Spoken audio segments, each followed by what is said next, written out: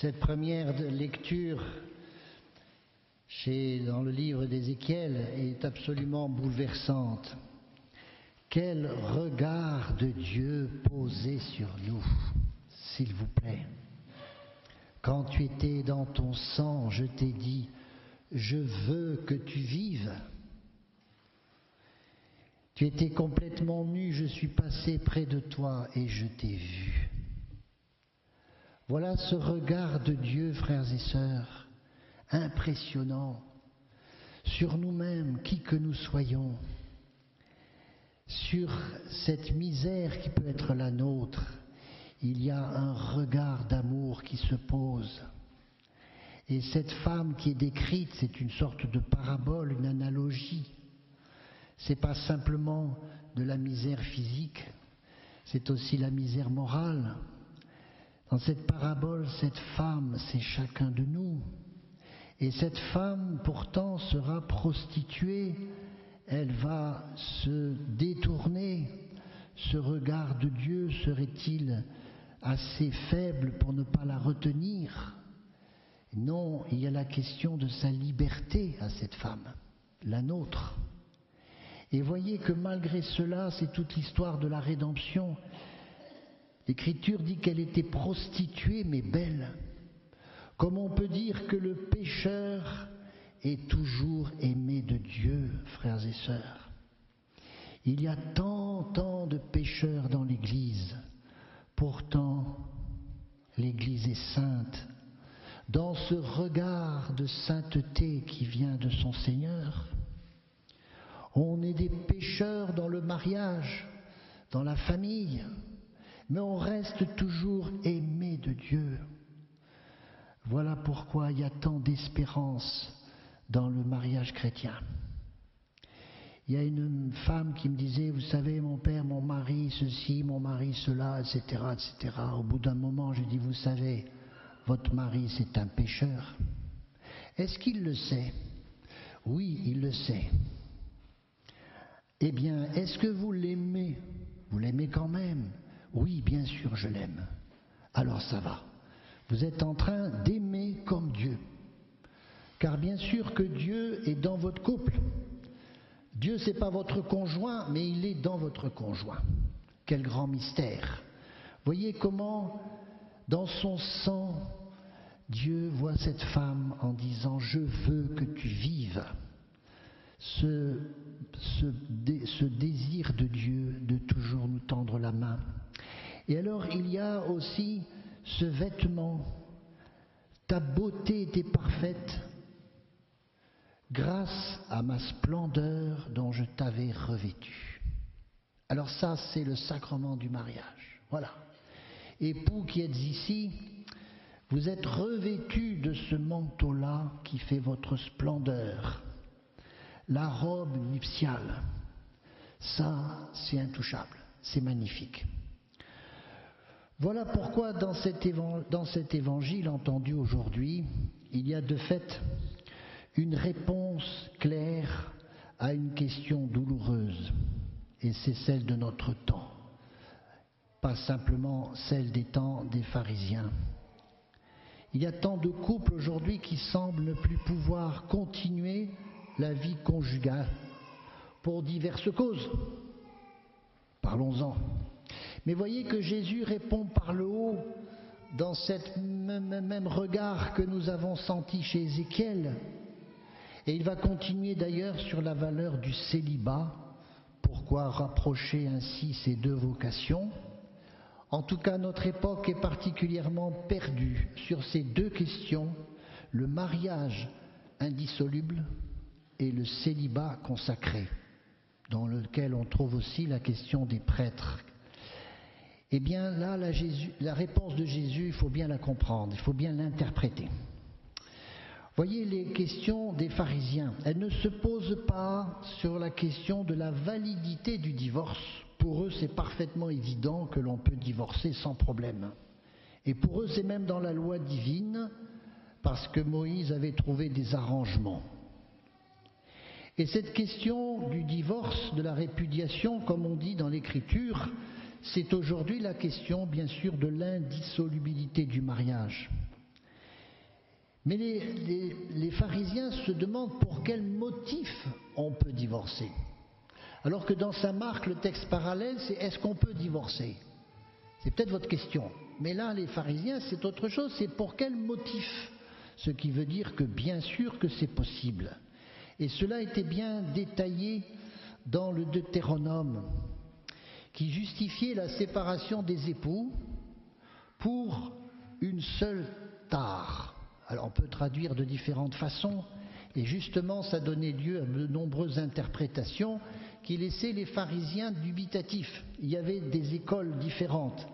Certains disaient, c'était l'école de Chamaï, que cette tare pouvait être n'importe quel motif. Et le Talmud précise que si ta femme a brûlé le rôti, tu peux la répudier. Ah. Il y a d'autres qui voyaient bien sûr une cause beaucoup plus importante. C'était l'école d'Hillel, celle qui avait formé Paul, avec beaucoup plus de rigueur, pour des motifs bien sûr bien plus sérieux, en particulier l'adultère. Alors Jésus répond bien au-delà de cette possibilité offerte de divorcer. Il va même en deçà, c'est même pas une question de motif. Lui va dire qu'on ne peut pas justifier le divorce, en aucune façon. Comme cette question est bien redevenue actuelle, où nous pensons aujourd'hui, ça nous environne, qu'il y aurait un bon divorce. Le bon divorce, c'est quoi? C'est tout simplement que les parties s'entendent par consentement mutuel. Voyez cette place redonnée indûment à la liberté qui atteinte non seulement au droit du mariage, mais au droit des enfants et au droit de la société. Et ça s'appelle la liberté. Ce consentement mutuel qui est tout de même un peu curieux. Et là, devant cette dérive, il faut parler d'une dérive, peut-être, frères et sœurs, que nous avons baissé les bras. On ne peut pas se satisfaire qu'il y ait autant de séparations et de divorces autour de nous. Et voire même nous sommes gênés, avouez, nous sommes honteux presque, quand on entend parler de cela dans nos familles et dans nos amis. Et oui, ils ne s'aimaient plus, eh bien ils se sont séparés. Et c'est presque une évidence. Quel malheur! Est-ce que ce n'est pas le temps, parce que plus personne ne le fait, que les chrétiens se soucient de prévention? Quand on le sait, que beaucoup de couples pourraient ne pas se séparer, dans 80% des cas, c'est parce que le dialogue ne marche plus, ils s'ignorent, ils se sont trop blessés pour ne pas croire qu'ils peuvent être guéris. Alors que dans 80% des cas, avec beaucoup de dialogue et de pardon, des couples peuvent se réconcilier. N'y a-t-il pas là quelque chose de dramatique? Il n'est pas normal que nous baissions les bras devant cela. Et on sent bien que dans le cœur de Jésus, c'est ça qui l'anime. Parce que Jésus nous rappelle la belle raison de l'indissolubilité du mariage. Ce n'est pas autre chose que le bonheur des époux, de leurs enfants et de ce signe qu'ils portent de l'union matrimoniale, de l'union des personnes divines dans la Trinité. Alors ça n'empêche pas, surtout, il faut sortir du tout ou rien. Parce que Jésus le dit lui-même, il faudrait encore que le mariage soit légitime, bien sûr. Alors ce légitime, ça a donné beaucoup de littérature. Bien sûr que ne peut pas avoir lieu cette interdiction du divorce pour des raisons sérieuses quand le mariage a été contracté avec de l'immaturité, du manque de liberté, le vice de forme, etc.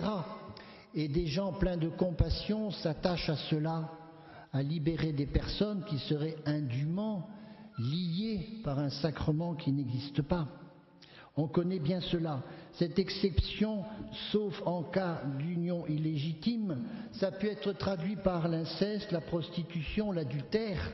Il s'agit, les exégètes maintenant s'accordent là-dessus, sur effectivement la nullité du lien, c'est-à-dire le fait qu'il n'y a pas eu de fait une union légitime. Et c'est ainsi que Jésus ne peut pas demander une indissolubilité à un mariage qui n'est pas légitime. Mais dans les autres cas, la réponse de Jésus est claire. Non pas pour condamner des personnes, mais pour éveiller à une finalité que nous sommes peut-être en train de perdre quand nous ne croyons plus nous-mêmes que le mariage a en lui-même sa propre force de guérison. Il y a des divorcés fidèles qui croient, figurez-vous, à la force du sacrement du mariage.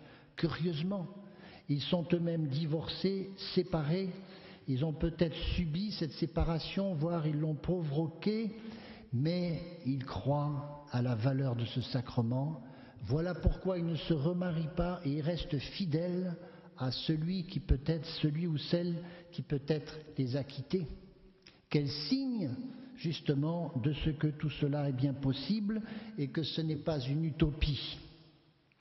Bien sûr que sur cette matière du divorce, Jésus le sait bien, on est dans de l'humain et donc du fragile. Je vous cite un humoriste qui disait « On se marie par manque de jugement ». Oui, quelquefois.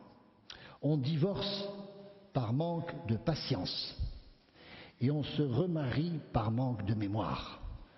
Voilà ce qui décrit bien notre société actuelle. Alors pourquoi une telle sévérité ? Décidément, le mariage est une trop belle chose. Et c'est vrai qu'on peut dire que Jésus met la barre un peu haut. C'est pas l'Église, c'est Jésus qui met la barre un peu haut. Et lui-même rappelle la parole de Dieu. C'est même pas lui, c'est le Père. C'est faire une seule chair, des deux ils feront une seule chair, car ainsi ils reflètent l'unité divine. Ce n'est pas l'Église qui a imposé toutes ces règles si radicales et si nobles pour la beauté du mariage, mais c'est la parole de Dieu elle-même. Et dans cela, il ne s'agit pas moins de sévérité que plutôt de nous rappeler cette belle finalité. Et vous voyez la réaction des apôtres, ils ont bien compris cette exigence du mariage, au point qu'ils sont tentés de dire « Ah ben il vaut mieux pas se marier ». C'est presque de l'humour. Et c'est ça qui est peut-être un petit peu en nous, de dire « Ah non Seigneur, là tu mets la barre trop haut, il faudrait peut-être revoir la copie ». Et qui sommes-nous pour toucher à cette parole de Dieu ? Et donc, Jésus enchaîne pour nous montrer quelque chose qui est très lié à la vocation du mariage, c'est justement la vocation des consacrés. On a mis des siècles à bien comprendre cela, tant on a trop souvent mis les consacrés sur un piédestal. On a des farcis de saints qui sont dans ce coin-là, et chez les mariés, il n'y en a pas assez. Mais on est en train de rattraper la différence. Et alors, on vous attend, vous, pour faire ces couples saints du XXIe siècle. Est-ce que vous le voulez bien ?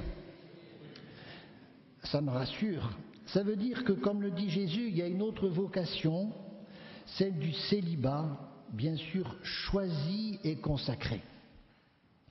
Il y a le drame d'un célibat qui n'est pas choisi, mais qui demande tôt ou tard à être assumé, et quand il ne l'est pas, on sait que ce sont de grandes souffrances. Il faut penser à cela. Mais choisi et consacré, alors ce n'est pas, dit Jésus, le célibat des eunuques, des handicapés, ni même celui qui n'est pas choisi, parce qu'il est peut-être quelquefois curieusement comme imposé par les hommes, mais un célibat qui a une aussi grande valeur que le mariage, qui consiste à se donner au Seigneur dans le célibat. Et ça, le développement du célibat dans l'histoire de l'Église montre que ces exigences sont égales aux conditions du mariage. Fidélité, unité et fécondité. Voilà comment, justement, c'est ce que je voudrais résumer avec une réflexion d'un consacré, qui est un consacré de ma communauté. On lui disait « Êtes-vous heureux de votre célibat ?» Il a répondu « Oui, je pense à celle qui ne m'a pas épousé. » C'est dire qu'aujourd'hui on se demande si on est heureux dans le célibat. Eh bien oui, vous voulez bien le dire là, certaines d'entre vous et certains. Est-ce qu'on est heureux dans le célibat ? Moi je suis un prêtre heureux, que ça se sache. Je suis très heureux parce que je prolonge justement ce qu'a été pour moi l'amour conjugal que j'ai bien connu un certain temps, mais parce qu'il trouve à s'épanouir, à se développer dans un autre amour qui ouvre mon cœur simplement au-delà d'une femme. Maintenant c'est l'Église, c'est-à-dire vous tous, et puis au-delà même de quelques enfants, puisque j'en ai beaucoup d'autres. Et il n'y a pas là non un motif d'être heureux. Voilà donc que le Seigneur ne nous donne pas des choses à moitié, il nous donne aussi bien dans le mariage, vous en avez saisi l'exigence, que dans le célibat consacré, autre exigence, de fait, il nous donne des moyens excellents de nous convertir et de devenir des saints. Ce sont donc deux vocations qui sont tendues toutes les deux vers la sainteté.